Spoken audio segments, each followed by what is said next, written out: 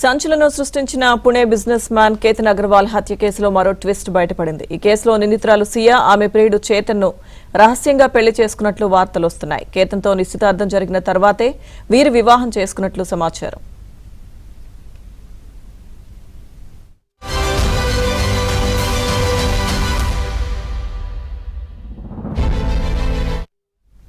కేతన్ అగర్వాల్ తో సియాకు ఏడాది ఫిబ్రవరిలో నిశ్చితార్థం జరిగింది. నవంబర్లో పెళ్లి చేసేందుకు రెండు కుటుంబాలు నిర్ణయించాయి.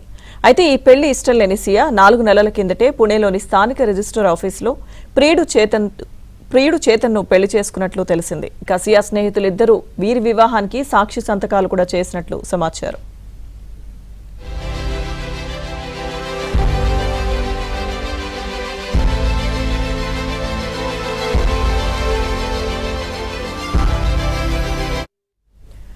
దీంతో పోలీసులు ఆ దిశగా దర్యాప్తు చేపట్టారు. ప్రత్యేక వివాహ చట్టం కింద వీరికి వివాహ ధృవీకరణ పత్రం జారీ అయిందా అనేది వెరిఫై చేస్తున్నట్లు పోలీసు వర్గాలు వెల్లడించాయి.